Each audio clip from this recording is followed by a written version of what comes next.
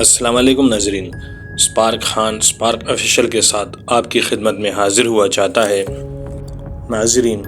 فلسطین اور اسرائیل کے درمیان جاری جنگ نے دنیا کے امن کو خطرے میں ڈال دیا ہے۔ ماہرین کے مطابق یہ جنگ عالمی امن کے لیے شدید خطرہ بنتا جا رہا ہے، اور یہ جنگ مستقبل میں صرف اسرائیل اور فلسطین تک محدود رہنے والی جنگ نہیں بلکہ پوری دنیا تک پھیل جانے والی جنگ ہے، جو کہ پوری دنیا کے امن کو اپنی لپیٹ میں لے سکتی ہے۔ اس جنگ کا اثر صرف فلسطین اور اسرائیل تک محدود نہیں رہنے والا، بلکہ آنے والے وقتوں میں یہ یورپ اور جنوبی ایشیا بلکہ پوری دنیا کو اپنی لپیٹ میں لے لے گی، اور ماہرین کے مطابق یہ دنیا کی تیسری جنگ عظیم ہوگی، جس کی شروعات اسرائیل اور فلسطین سے جنگ کی صورت میں ہو چکی ہے۔ اس جنگ کے آغاز کی ایک نشاندہی یہ بھی ہے کہ یہودی لال بچڑے کی تیاری کے لیے بالکل تیار ہیں۔ اس قربانی سے ان کا مقصد دجال کی آمد کے لیے راستہ ہموار کرنا اور تیسرے ہیکل سلیمانی کی تعمیر کے لیے راستہ ہموار کرنا ہے۔ اس رسم کی تیاری کے لیے انہوں نے تیاریاں شروع کر دی ہیں اور امریکی صدر جو بائیڈن کو بھی اس میں شرکت کے لیے دعوت دی ہے۔ اس مقصد کی تیاری کے لیے وہ اپریل میں ایک خاص قسم کے سرخ لال بچھڑے کی قربانی دیں گے، جس کو انہوں نے امریکہ کی ریاست ٹیکساس سے خاص طور پر اس مقصد کے لیے اسرائیل میں امپورٹ کیا ہے، اور ان بچھڑوں کی نگرانی کا کام انہوں نے centre temple institute of Israel کو دی۔ دجال کی آمد کے لیے جہاں اسرائیل اپنی بھرپور تیاری کر رہا ہے، وہیں پر دجال کے بارے میں مسلمان اور عیسائی اپنا علیحدہ موقف رکھتے ہیں۔ یہودیوں کے عقیدے کے مطابق دجال ان کے مسیح حضرت عیسیٰ علیہ السلام ہی ہوں گے، جن کی آمد کے بعد یہودی پوری دنیا پر چھا جائیں گے اور وہ ان کے لیے ایک نجات دہندہ ثابت ہوگا۔ اس کے برعکس عیسائیوں کا عقیدہ ہے کہ چونکہ وہ یہودی تھے جنہوں نے اس وقت حضرت عیسیٰ علیہ السلام پر اللہ کی زمین تنگ کر دی تھی، جس کی وجہ سے اللہ تعالیٰ نے ان کو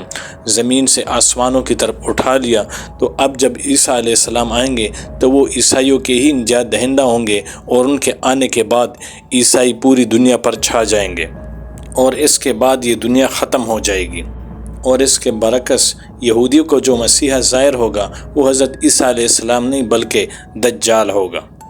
جو کہ جھوٹا اور بے روپیہ ہوگا، اور وہ حضرت عیسیٰ علیہ السلام کا بے روپ لے کر ان کے سامنے آئے گا، جس سے یہ دھوکہ کھا جائیں گے۔ عیسائی دجال کو اینٹی کرائسٹ کے نام سے پکارتے ہیں۔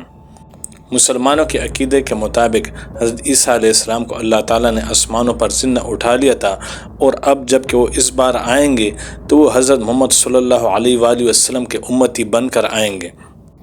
اور دجال کا سامنا کر کے اس کو ختم کرنے کے بعد پوری دنیا پر حضرت محمد صلی اللہ علیہ وآلہ وسلم کے نام لیوا ہو جائیں گے۔ ان سارے عقائد کو سامنے رکھ لیا جائے تو سارے عقائد کی کڑیاں جا کے فلسطین کی سرزمین پر ملتی ہیں، کیونکہ تینوں مذاہب کے عقائد کے مطابق حضرت عیسیٰ علیہ السلام کا ظہور فلسطین سے ہونا ہے۔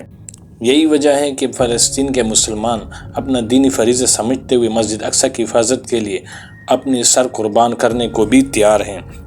دوسری طرف یہودیوں نے مسلمان کے خاتمے کے لیے یہ جنگ چھیڑی ہے۔ اسی مقصد کے پیش نظر اسرائیل رفح میں ملٹری آپریشن شروع کرنے جا رہا ہے۔ اسرائیل کو اس مقصد کی وصولی کے لیے پوری دنیا کی مخالفت جھیلنا پڑ رہی ہے۔ گو کہ امریکہ نے شروع میں اس جنگ میں اسرائیل کا ساتھ دیا ہے، لیکن اب اس جنگ میں امریکہ نے اسرائیل کے خلاف ووٹ دیا ہے، اور سلامتی کونسل کے حالیہ اجلاس کے دوران جنگ بندی کی قرارداد کو ویٹو نہیں کیا۔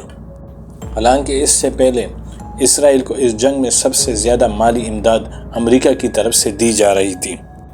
امریکہ نے ہر بار جنگ بندی کی قرارداد کو ویٹو کیا اور اسرائیل کی کھل کر حمایت کی کہ وہ جس سے چاہے فلسطین میں آپریشن کرے۔ لیکن اب صورتحال مختلف ہے، کیونکہ اسرائیل رفح بارڈر کراسنگ ایریا جہاں وہ آپریشن شروع کرنے والا ہے،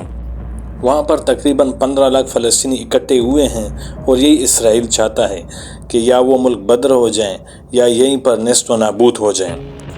تاکہ دجال کی آمد سے پہلے سارے یہودی فلسطین میں اکٹھے ہو جائیں اور اپنے مسیح کا استقبال کریں اور تیسرا ہیکل سلیمانی وہاں پر تعمیر کریں۔